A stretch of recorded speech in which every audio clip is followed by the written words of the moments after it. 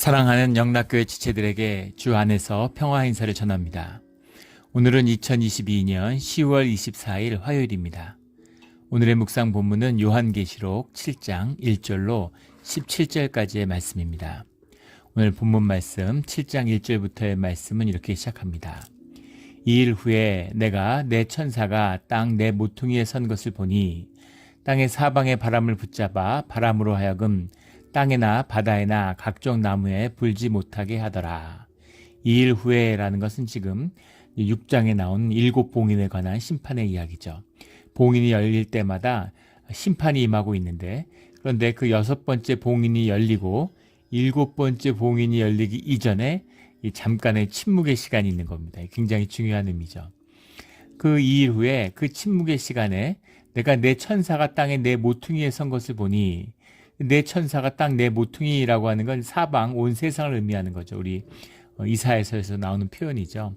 그 내 모퉁이에 선 땅의 모든 바람을 붙잡아, 바람이라고 하는 것은 환란과 재난을 의미하는 겁니다. 바람 그 자체가 물론 뭐 태풍이 되고 환란이 될 수 있지만, 여기서 바람, 사방의 바람이라고 하는 것은 세상이 어지러워지는 세상의 모든 환란을 대표해서 통칭하는 것이죠. 그 모든 것을 내 천사가 붙들고 있다는 겁니다. 내 모퉁이에 서서. 그래서 주님의 뜻 가운데, 섭리 가운데에서 이 7번째 봉인이 열리기 전까지 잠시의 평안, 상대적인 평화, 잠시의 고요, 이런 것이 임하고 있다라는 거죠. 2절에 또 봄에 다른 천사가 살아계신 하나님의 인을 가지고 해 돋는 데로부터 올라와서 땅과 바다를 해롭게 할 권세를 받은 내 천사를 향하여 큰 소리로 외쳐, 땅을 지키고 있는 천사도 있고 해롭게 할 수 있는 그런 권세를 받은 천사도 있다. 다 주님 안에서 나오는 권세지만 그 권세를 위임받은 자들이 있는 것이죠. 그런데 살아계신 하나님의 인이라고 하는 것이 스프라기다라는 말인데, 스프라기스 이런 실, 프루프 이런 겁니다. 소유를 나타내는, 소유권을 상징하기 위해서 도장을 찍는 것이죠. 실을 찍는. 노예가 내 것이다 해서 낙인을 찍는 것도 이 당시에 이런 스프라기다였다고 그러죠. 우리 그 조선시대 때 마지막 대한제국의 옥새, 조선시대에도 옥새가 여러 개 있었는데 하나가 아니라, 대부분이 사라졌다가 그 중에 많은 것들을 이제 찾았죠. 그래서 국립박물관에 가면 옥새들을 이렇게 전시해 놓고 있습니다. 근데 그 옥새 중에 대한제국의 옥새가 미국 사람 어느 집에서 이제 발견이 됐어요. 그 사람이 중고 물품 시장에 팔려고 올렸다가 이제 그것이 우리 대한제국의 국세라는 사실이 아버지가 한국에 갔다가 인사동에서 샀다 이런 식으로 이야기를 했지만 이제 그 미국 국가에서 그걸 환수해서 이제 우리나라로 다시 기증을 했죠. 돌려보냈습니다. 근데 그 옥새에다가 옆에다가 자기 이름을 새겨놨어요. 영어로. 자기 거라는 거죠. 자기가 돈 주고 샀으니까 내 거다 이렇게 해서 새겨놓은 것이죠. 그런 게 이제 스프라기다입니다. 자기 이름을 새겼지만 자기 것이 될 수 없죠. 내 이름 새겼다고 내게 됩니까? 내가 등기에 서류에다가 내 이름 썼다고 내 것이 되는 것이 아니죠. 왜 내 땅이, 내 집이 내 것이 될 수 있어요? 그것이 미국이라고 하는 국가의 권세에 의해서 보호받기 때문입니다. 그래서 미국이 권세를 잃으면 휴지 조각이 되는 것이죠. 그런 것이죠. 그것이 이제 인의 권세죠. 그냥 도장 하나일 뿐이지만 살아계신 하나님의 인치심이기 때문에 하나님의 권세에 의해서 지켜지는 것이죠. 하나님에서 분깃을 받은 가나안 복지의 땅을 받았다. 하나님이 주셔서 하나님의 권세 아래서 내 땅이 되는 것이죠. 이 의미입니다. 왜 그냥 하나님이라고 그러지 살아계신 하나님이라고 했을까? 종교에 대한 구별인 거죠. 하나님을 안 믿는 종교는 세상에 없어요. 그런데 말씀하시는 하나님, 살아계신 하나님, 우리와 교제하고 우리 삶 가운데 당신의 뜻을 주장하고 당신의 인격을 누리면서 살아가는 그 하나님, 살아계신 하나님이죠. 종교의 하나님, 타종교 얘기할 것도 없습니다. 기독교도 마찬가지죠. 살아계신 하나님이 아니라 교리 안에 죽어있는 하나님, 그런 하나님, 종교의 하나님이 아니라 살아서 말씀하시는 하나님의 인을 가지고 있다라는 겁니다. 그 천사들이 와서 그 인을 치는 거죠. 3절에 이르되 우리가 우리 하나님의 종들의 이마에 인치기까지. 하나님의 종들이 누구냐? 하나님의 종들은 하나님의 자녀고 하나님의 사역자죠. 종교화돼서 또 뭐 종들을 일반 사람과 분리시키려고 하는 그런 그 신도들과 성도들과 그렇지 않습니다. 하나님의 종들이죠. 하나님의 일을 한다는 점에서 누가 주인이냐, 또 그 점에 있어서도 하나님의 종입니다. 그리고 누가 아버지냐, 그 관계에 있어서는 하나님의 자녀죠. 누가 우리와 동행하고 우리를 위로하며 우리와 교제하느냐, 하나님의 친구가 되는 것입니다. 그리고 하나님과 하나됨, 하나님과 운명을 같이 하는, 하나님과 영원히 하나 되는 존재로서 또 어린 양의 신부가 되는 것이죠. 그래서 하나님의 종들의 이마에 인치기까지 땅이나 바다나 나무들을 해하지 말라. 7번째 봉인이 열리면 그러면 끝나는 거죠. 그런데 하나님의 종들의 이마가 인치기까지 그 재앙을 멈춰라. 7번의 인을 여는 것을 멈춰라. 이런 이야기입니다. 근데 6번째까지의 봉인은 열렸어요. 그래서 계속된 환란은 있는 겁니다. 우리 검은 말과 청황색 말의 재난들, 붉은 말의 재난이 와서 재난이 휩쓸고 있는 겁니다. 여기서의 평화라고 하는 것은 7번째 봉인, 대환란, 대재난이 오기 전에, 대재난으로 모든 사람을 쓸어버리기 전에의 평화라는 거죠. 그런 의미에서의 상대적인 평화다라는 겁니다. 우리가 천국에서 맛보는 그런 절대적인 평화가 아니라 땅에서 경험하게 되는 그 환란 가운데 있는 것이다라는 거죠. 4절에 내가 인침을 받은 자의 수를 들으니 이스라엘 자손의 각 지파 중에서 인침을 받은 자들이 14만 4천이니, 인침을 받았다라는 건 주님의 보호를 이제 의미하는 것이죠. 보호를 의미하는 것인데, 이 인침을 받은 자들이 뭐냐? 이들은 뭐 하늘의 하나님의 나라의 교회의 기둥이 되는 자들이다. 뭐 이런 해석도 있고, 뭐 여러 가지 해석들이 많이 있습니다. 그런데 인침을 보호하심을 받은 자들, 구원받은 자들이다. 근데 인침을 받은 자들이 14만 4천이다. 주님의 인침을 받았으니까 주님의 백성인 것은 분명하죠. 또 그들이 구원받은 자들이고, 중요한 것은 그들이 이 땅에서 주님의 인치심을 받았기 때문에 이 천사들이 주관하는 이 환난 가운데 보호받는 자들이다라는 뜻은 분명한 것입니다. 그리고 당연히 이들이 지상교회에서 하나님을 섬기고 하나님의 성전을 지키는 그런 기둥과 같은 자들이죠. 다 통하는 말이에요.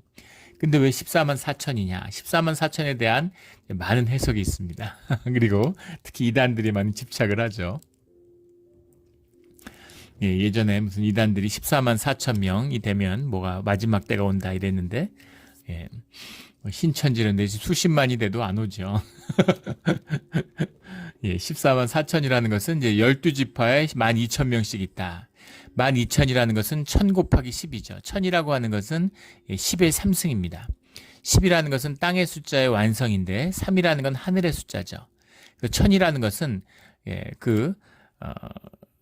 하늘의 숫자, 땅과 하늘의 질서의 완성을 의미하는 게 1000이에요. 그래서 1000이라는 건 굉장히 중요한 숫자죠.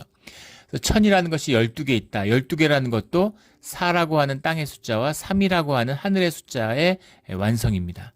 12도 하늘의 숫자와 땅의 숫자가 만나는 완전한 완성을 의미하는데, 1000도 3이라는 하늘의 숫자와 10이라는 땅의 숫자, 보통 4라고 하면은 섭리나 땅의 질서를 의미하는, 그리고 10이라고 하면 뭔가 이 충만함, 땅의 모든 것, 이런 의미를 가지고 있죠. 1000인데 1000 곱하기 10이에요. 그러니까 12,000이라고 하는 것은 이제 완전수, 완전한 숫자, 땅에 있어서의 완전한 숫자죠. 그런데 그 12,000이 12개가 합해져서 14만 4천이 된 겁니다. 완전함의 완전함이 더블이 된 것이죠. 14만 4천에 대한 많은 논란들이 있어요. 그래서 원래는 뭐 하늘 천사의 군대가 7만 2천으로 보통 표현되죠. 6이라는 것이 이제 완전 수잖아요. 땅의 완전한 의미, 7의 하나 아래. 그러니까 땅의 질서, 4부터 올라가는 땅의 질서의 완성이 6입니다. 그래서 지금 뭐 7 나팔, 7 무슨 봉인할 때 6 플러스 1의 구조로 돼 있죠. 6이라고 하는 것에 1000이 더해져서 6000 곱하기 12. 그래서 7만 2천이 이제 완전한 모든 하늘의 천사가 7만 2천이고, 이렇게 땅에 무슨 주님의 이루어지시는 역사가 7만 2천이고 이렇게 돼 있는데, 14만 4천은 합해진 숫자이기 때문에 완전함의 완전함. 그래서 이 의미를 7만 2천은 유대의 완전함이고 다른 7만 2천은 땅의 완전함이기 때문에 14만 4천은 이방인과 유대인의 어떤 구원받은 자의 숫자를 합쳐진 것이다. 뭐 이렇게 해석하기도 하고 뭐 여러 가지 뭐 해석이 난립합니다. 분명한 것은 14만 4천이라는 것은 완전함의 완전함, 주님이 구원하시는 숫자가 완전히 찰 때까지 주님의 구원이 이 땅에서 그 인치심을 받은 자들, 주님의 자녀들이 온전히 세워질 때까지라는 의미라는 거죠. 그 숫자가 다 채워져야 된다라는 겁니다. 넘버링의 의미나 퀀터티의 의미가 아니라는 것이죠. 영적 의미예요. 영적 의미에서 주님의 구속함, 주님의 뜻 가운데 있는 자들의 온전하고 완전한 구속의 완성이 이루어질 때까지, 그때까지 주님이 일곱 봉인의 개봉을 미루고 계시는 것이다 라는 것이 그 뜻인 거죠. 5절에 유다 지파 중에 인침을 받은 자가 1만 2천이요 루벤 지파 중에 1만 2천이요 갓 지파 중에 1만 2천이 쭉 12지파의 이름들이 이렇게 호명되고 있죠. 5, 6, 7, 8장의 이야기입니다. 근데 여기서 특이한 것은 먼저 이 에브라임 지파가 빠졌어요. 므낫세 지파가 있는데 에브라임 지파가 없고 그 대신 8절에 가면 요셉 지파가 나옵니다. 요셉 지파가 우리가 잘 알고 있는 것처럼 에브라임 지파, 므낫세 지파로 나누어져서 12지파가 된 것인데 요셉이 장자의 지파가 되면서 12지파가 된 거죠. 그런데 왜 에브라임 지파가 빠졌을까? 에브라임 지파가 장자 지파인데 시작을 유다 지파로 하고 있죠. 그것도 특이하죠. 시작을 유다 지파 중에로 시작하는데 유다 지파는 뭐 영적인 장자다 이렇게 얘기하지만 창세기에서 12지파를 얘기할 때는 루벤 지파, 육신에 있어서 첫 번째 아들이 루벤이기 때문에 루벤이 먼저 나오죠. 근데 루벤의 장자의 권은 요셉 지파에게 넘어갔는데 그것을 에브라임 지파가 이었죠. 그런데 에브라임 지파가 먼저 나오든가 루벤이 나오는 것도 아니고 유다 지파가 먼저 나왔다. 영적인 의미, 그리스도가 유다 지파 가운데 나왔다라는 의미가 있는 것이겠죠. 그럼 에브라임 지파는 왜 빠졌을까? 에브라임 지파는 뭐 우상 숭배를 해서 그렇다 뭐 이렇게 이야기를 하는데 또 요셉 지파가 들어 있으니까 요셉의 안에 므낫세가 있는 건데 므낫세와 요셉 지파를 나눴으니까 요셉 지파를 에브라임 지파로도 볼 수 있겠죠. 그리고 다른 곳에서 볼 수 있는 12지파 이름과는 좀 다르다는 사실을 알 수 있습니다. 또 한 가지 특이한 것은 7장에 레위 지파가 들어갔어요. 므낫세와 에브라임으로 요셉 지파가 갈라지면서 레위 지파가 빠지는 거죠. 레위 지파는 제사장의 지파이기 때문에 12지파에서는 빠지고 이 12지파 가운데 모두 흩어져서 함께 살아가는 게 이 제사장의 지파인데 왜 레위 지파가 이 안에 들어갔을까? 레위 지파가 높임을 받은 게 아니라 사실은 제사장의 의미, 제사장 지파의 의미가 사라졌다고 보는 것이 맞겠죠. 이제는 모두가 주님 앞에서 만인 제사장으로 왕과 같은 제사장으로 세움을 받았기 때문에 특별히 제사를 위해 구별된 그런 지파가 있을 필요가 없는 것이죠. 레위 지파가 세워졌다는 의미는 그들이 지파가 되었다는 건 제사장의 의미가 사라졌다라는 겁니다. 또 한 가지 특이한 것은 레위 지파가 들어오면서 단지파가 없어졌어요. 단지파가 없습니다. 단지파는 왜 없을까? 뭐 여러 가지 해석들이 있는데 그 중에 하나는 사사기 예레미야 8장 16절에 나오는 말씀입니다. 이거는 이제 그 랍비의 전통 가운데 굉장히 중시되는 말씀인데 예레미야 8장 16절에 가면 이런 말씀이 나와요.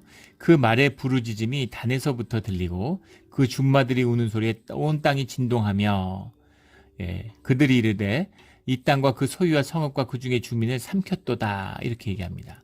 그 말의 부르짖음이 단에서부터 들린다 하는 이 단을 이 말씀을 어떻게 나중에 확장해서 해석했냐면 그리스도가 오는데 메시아가 오는데 메시아에 대적하는 그리스도를 대적하는 적그리스도가 단지파에서 나온다라고 해석을 했던 것이죠. 그래서 단지파는 그리스도가 나온 유다지파와 달리 이 그리스도의 역사에 구원의 역사를 대적하는 지파다라는 그런 해석이 됐어요. 그런 해석들이 이제 유대인들 가운데 이루어진 것이죠. 그래서 단지파가 빠졌다 이런 해석이 있습니다. 근데 단지파라고 하는 것은 이제 우리 사사기 18장에 나오는 미가 집에 있는 레위 지파 청년의 이야기가 나오죠. 단지파가 하느님으로부터 약속받은 가나안의 땅을 차지하지 못한 족속입니다. 처음에 받은 땅을 차지하지 못하고 가나안 사람들한테 팔레스타인의 사람들한테 쫓겨서 이제 몰려가죠. 그래서 서북쪽으로 밀려가서 막 흩어지기도 하고, 그 나중에 이제 시돈 지역, 팔레스타인의 바닷가에 접한 시돈 지역에 가서 제일 북부죠. 살게 되는데 시돈의 영향 아래에서 살아가게 돼요. 네, 그 이야기들이 이제 사사기에 나오는데 거기서 미가 청년인데 그 얼마나 빨리 급격하게 우리 그 여호와의 신앙이 쇠퇴했는가, 또 유대교가 종교화되어 갔는가라는 사실을 유대 지파의 종교가 그걸 보여주는데, 그런 역사가 이제 단지파의 역사죠. 뭐 굉장히 깊은 이야기입니다. 예. 성경에 뜬금없이 나오는 이야기가 왜 나오지? 별거 아닌 얘기 같은데 이 이야기가 왜 그렇게 중요하지? 예, 아봇의 뭐 포도밭 같은 거. 예, 그 포도밭을 뺏는 이야기가 뭐 그냥 약탈이 수없이 있었을 텐데 그 이야기를 왜 썼을까? 그 이야기가 가지는 의미와 가치가 있는 겁니다. 그 미가 지역의 집안의 그 청년 레위 제사장의 이야기는 어떻게 성전이 부패하고 종교가 무너지는가에 대한 굉장히 깊은 상징적인 이야기예요. 우리 사사기 묵상할 때 뭐 많이 다뤘기 때문에 깊이는 나누지 않지만 그 이야기와 관련된 겁니다. 단지파라는 것은 하나님 신앙, 여호와 신앙의 본질을 잃어버렸다. 이런 이제 그 해석이 있는 것이죠. 그것이 확대돼서 이 예레미야의 말씀이 단지파에서 적그리스도가 나온다, 이렇게 받아들여진 겁니다. 그 이유 때문인지 아니면 또 다른 이유가 있는지는 알지 못해요. 그런데 이제 전통적인 해석이 그렇다는 것이죠. 12지파 중에 단지파가 빠져 있어요. 그래서 이것이 의미하는 종합적인 의미는 각 지파의 의미가 아니라 이 12지파가 전통적인 이스라엘의 무슨 율법적인 12지파를 의미하는 그런 의미는 아니라는 겁니다. 이것이 뭐 영적이고 새 예루살렘이고 또 새 예루살렘의 12지파이기 때문에 영적 의미가 있는 것은 분명하지만 유다에 있었던 12지파하고 아무 상관이 없는 것이냐? 그렇지 않죠. 왜냐하면 주님이 12지파를 세우고 12지파를 통해서 이스라엘을 이루었기 때문입니다. 그래서 그것이 결코 의미 없지 않고 귀중한 것이죠. 그러나 그 의미가 유대인들이 주장하는 것처럼 혈통적이거나 무슨 육신에 속한 그런 식의 묶임은 절대 아니라는 겁니다. 예. 그래서 그것을 뛰어넘는, 하지만 그 본질적인 의미가 실제화되는 그런 12지파의 회복이 될 것이다 라는 것이죠. 그 지파마다 12,000명이라는 의미는 그 지파마다 주님이 부르는 백성이 모두 주님 앞에 불러드릴 때까지 성문을 열어놓고 계시는 거죠. 어떤 환난이 있어서 성문을 열어놓는 겁니다. 그 12명을 다 받을 때까지, 12지파를 다 받을 때까지 주님이 구원의 역사를, 그 인치심의 역사를 멈추지 않는다라는 의미가 이 말씀 가운데 들어있는 거죠. 9절에 2일 후에 내가 보니 각 나라와 족속과 백성과 방언에서 아무도 능히 셀 수 없는 큰 무리가 나와 흰옷을 입고 손에 종려가지를 들고 보호자 앞과 어린 양 앞에 서서 큰 소리로 외쳐 이르되 구원하심이 보호자에 앉으신 우리 하나님 어린 양에게 있도다 하니, 주님 앞에서 드리는 예배죠. 근데 능히 셀 수 없는 무리가 누구냐라는 것에 대해서도 여러 해석이 있어요. 하나는 구별짓는 것입니다. 앞에 나오는 14만 4천의 주님의 종들이 있고 뒤에 나오는 그들로 인해서 구원받은 이 땅에 수많은 구원받은 무리가 있다. 이거 이방인들이다. 이렇게 분리된 해석이 있고, 그게 아니라 이 사람들은 순교자들이다. 흰옷을 입고 주님 앞에 종려가지 나무를 들고 있기 때문에 순교자들이 주님 앞에서 예배를 드리고, 이들은 이미 주님 앞에서 구원받은 자들이고, 그리고 14만 4천은 땅에서 주님의 인치심을 기다리고 있는, 인치심을 받아가는 백성이다. 이렇게 구별하는 거죠. 땅과 하늘로 구별짓는 것입니다. 또는 그게 아니고 이 14만 4천이 이 능히 셀 수 없는 큰 무리야. 14만 4천이 어마어마하죠. 우리 14만 4천이 감이 안 오는데 10,000명이 줄지었으면 축구장 하나를 꽉 채운다고 그럽니다. 엄청나죠. 그런데 축구장 하나를 꽉 채운다. 그러니까 그 엄청난 숫자인데 14만 4천이 실제 있다고 생각해 보세요. 저희 대학 때 무슨 우리 예전에 제가 학교 다닐 때 80년대였으니까 학생 시위 같은 게 많았는데 뭐 4.19 기억에 남는 건 88년인지 9년인지 88년이었던 것 같네요. 4.19 무슨 기념일 대학 처음 가서 4.19 행진을 갔어요. 예, 그 4.19 묘지까지 이렇게 행진하는 건데 학생들이 이제 대학의 광장에 모여서 집회를 하고 이제 길로 나가는 겁니다. 그런데 그때 한 뭐 이제 경찰 추산으로 한 2만 명 되는데 끝과 끝이 안 보이는 예. 그럼 보통 사람들이 압도돼서 한 2만 명 모이면 200만 명 모였다고. 예. 예. 200만 뭐 네, 모였다고 그렇게 이제 집회 측에서 주장하는데 실제는 한 2만 명 정도 모였다고 그래요. 근데 지금 압도되는 겁니다. 숫자가 너무 많아서 14만 4천이면 뭐 어떻겠어요? 그러니까 셀 수 없는 이 큰 무리가 14만 4천이다 이런 해석도 있습니다. 그런데 그 해석이 맞을 것 같아요. 왜냐하면 이 문맥을 정확히 보시면 이것이 왜냐하면 뒤에 나오는 계시록의 제일 마지막에 나오는 하늘 보좌 앞에서의 찬양의 모습과 흡사하기 때문입니다. 그것과 같은 것으로 보는 것인데 그것과는 달라요. 왜냐하면 15절에 가면 성전에서 밤낮 하나님을 섬김에 이렇게 되어 있습니다. 예. 성전에서 하나님을 섬기는 자들이에요. 14만 4천이. 그런데 21장에 가면 성전이 없다고 나옵니다. 예. 하나님 나라가 임하면 그때는 성전이 없죠. 성전이라고 하는 것은 이 현상 세계에서 하나님을 모시고 있는 하나님의 임재를 담고 있는 우리 공동체 가운데 존재하는 이 땅에서의 성전이에요.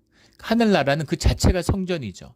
그러니까 하나님과 하나 된 하나님을 따르는 자녀들의 예배 가운데 있는 자리니까 그러니까 하나님 나라에는 하나님 나라에서 땅의 나라와 대비되는 그런 의미에서가 아니라 온전히 이루어지는 하나님의 구원이 완성된 의미에서의 하나님 나라에서는 성전이 없는 것이 당연한 것이죠. 하지만 이 땅에서는 하나님 나라죠. 하나님의 임재가 있고 하나님을 왕으로 섬기는 그런 주의 백성들이 모이는 것이 하나님 나라지만 이 현상 세계 가운데 있는 것이죠. 그래서 구별된 성전인 것입니다. 이들은 성전에서 섬기는 자들이에요. 그래서 또 앞에 나오는 뭐 12지파를 유대인의 지파로 볼 이유가 하나도 없다고 그랬지. 이건 영적인 의미에서 새로운 이스라엘, 새로운 예루살렘이다. 그런 의미에서 능히 셀 수 없는 큰 무리는 14만 4천으로 보는 것이 옳습니다. 왜냐하면 이들이 하나님의 임재 가운데 있지만 지금 이 예배는 땅에서 이루어지는 예배이기 때문인 거예요. 예. 땅에 속했다는 의미가 아니라 하늘과 땅의 경계가 무너지지 않은 아직 땅에서 환란 가운데 있는 6봉인이 해제된 상태, 7봉인과 7대접의 심판을 앞두고 있는 그 심판 가운데 7나팔의 심판을 앞두고 있는 가운데 서 있는 예배하는 자들이다 라는 의미입니다. 그래서 그런 의미에서는 성전에서 섬기고 있는 이 땅의 백성들 주님의 구원받은 14만 4천 그러니까 그 구원의 무리가 많다는 것을 말씀하고 계시는 거죠. 10절에 여린 양이 있도다. 그리스도 하나님 앞에서 예수님 앞에서 예배를 드리는 거죠. 11절에 모든 천사가 보좌와 장로들과 네 생물의 주위에 서 있다가 보좌 앞에 엎드려 얼굴을 대고 하나님께 경배하며 그러니까 주의 자녀들도 네 생물도 천사들도 장로들도 모두 주님께 경배하고 있는 거죠. 그래서 아멘 찬송과 영광과 지혜와 감사와 존귀와 권능과 힘이 우리 하나님께 세세토록 있을지어다. 이 가운데 감사가 있다는 것을 우리가 기억해야 되죠. 지혜와 영광과 존귀와 권능 그리고 감사가 주님에게서 우리에게로 주시는 선물이다라는 겁니다. 주님과 함께하는 비밀이 감사에 있어요. 우리 감사함을 잃지 않는 감사함을 통해 주님께 나아가는 그런 우리 모두가 되기를 주의 이름으로 축원합니다. 예전에 제가 섬겼던 교회 목사님이 설교 때 쓰신 예화 중에 하나인데 그런 얘기를 하시더라고요. 그 구원의 샘물을 은혜의 샘물을 어떻게 마시느냐. 그래서 이렇게 그릇 안에 큰 컵 안에 이렇게 물이 있는데 그 물을 어떻게 이제 채워 올리느냐는 거죠. 거기에 돌을 계속 집어넣으면 물이 차오르잖아요. 부피가 채워지니까. 그래서 생명수를 마시게 된다고. 그 은혜 물을 마시게 되는 비밀이 그 돌에 있는데 그 돌이 바로 감사다. 그래서 삶의 감사를 채우면 은혜가 우리에게 임하게 된다. 뭐 이런 비유를 들었던 기억이 오래 남아요. 이거 감사입니다. 감사가 주님 안에 있는 것이죠. 13절에 장로 중 하나가 응답하여 나에게 이르되 이 흰옷 입은 자들이 누구며 또 어디서 왔느냐. 14절에 내가 말하기를 내 주여 당신이 아시나이다. 질문을 했는데 모르는 거죠. 그러니까 그것을 알아야 된다는 의미죠. 그걸 말씀하고 있는 거예요. 주님의 뜻을 증거하고 있는 거죠.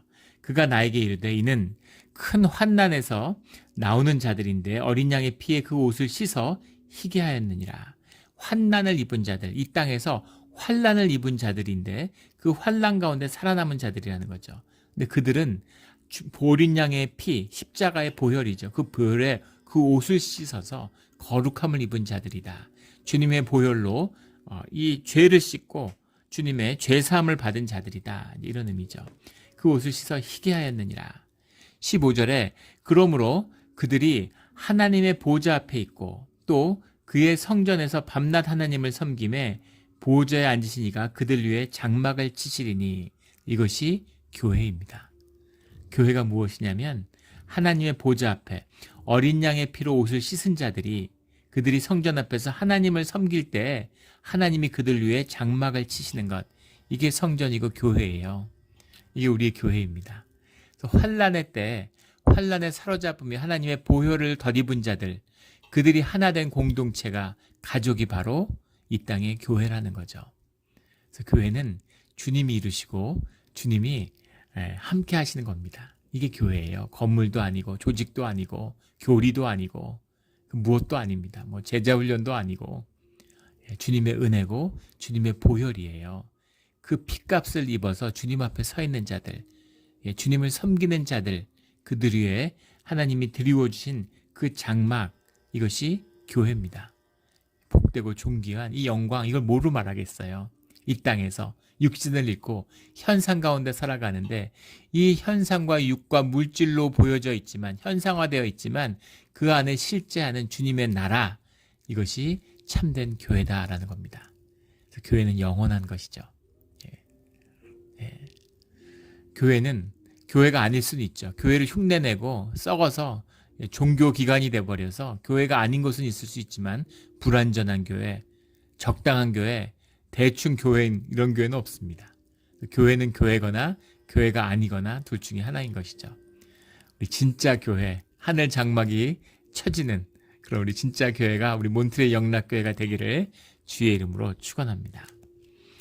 16절에 그들이 다시는 주리지도 아니하며 목마르지도 아니하고 해나 아무 뜨거운 기운에 상하지도 아니하리니 환란이 닥쳐오는데 앞으로 더 큰 환란이 오겠죠. 그러나 그 환란에 의해서 아무런 해를 받지 않는다는 겁니다. 주님의 보혈, 주님의 장막이 우리를 덮고 있기 때문이죠. 17절에 이는 보좌 가운데 계신 어린 양이 그들의 목자가 되사 생명수 샘으로 인도하시고, 이 그리스도가, 예수님이, 성령 하나님이 우리의 목자가 되어주셔서 생명수 샘으로 인도해 주신다는 거죠. 하나님께서 그들의 눈에서 모든 눈물을 씻어주실 것입니다. 슬픔이 없는, 주님이 우리 삶의 답이 되는, 소망이 되는, 구원이 되는 그 삶이 이 땅에서 교회를 통해 이루어 주신다라는 거죠. 이 땅에서 교회가 이루어졌기 때문에 하늘과 땅의 경계가 무너지는, 하나님의 나라가 이 땅에 임해서 온전한 역사의 완성이 이루어진다는 겁니다. 그 역사의 의미라고 하는 것은 교회에 있다라는 것을 보게 되는 거죠. 그래서 교회의 뜻이, 교회의 14만 4천이 채울 때까지는 세상의 환란이 끝나지 않아요. 우리는 환란 가운데 있고 또 더 큰 환란의 시작을 보고 있죠. 우리에게 필요한 것은 주님의 인치심을 받고 보혈로 옷을 씻은 그런 순결한 자의 교회를 이루어가는 그것입니다. 그것이 우리가 이루어야 할 사명이고 우리에게 주어진 하늘의 축복이에요. 그 복을 받은 성도들 우리 모두가 되기를 주의 이름으로 축원합니다. 아멘. 기도드리겠습니다. 하나님 아버지 감사합니다. 우리가 현상의 조그만 변화에도 두려워 떨며 세상의 환난을 보면서 저 마음을 빼앗기지만 그 환난 가운데 있는 정말 중요한 본질의 역사는 교회에 있는 것임을 말씀해 주시니 감사합니다. 그 말씀을 깨달아 알아 그 말씀의 주인공이 되게 하여 주시옵소서. 주님의 보혈로 옷을 씻어서 깨끗한 옷을 입고 주님 앞에 경배하며 찬양드리는 그런 성스러운 거룩한 주님의 가족이 되게 하여 주시옵소서.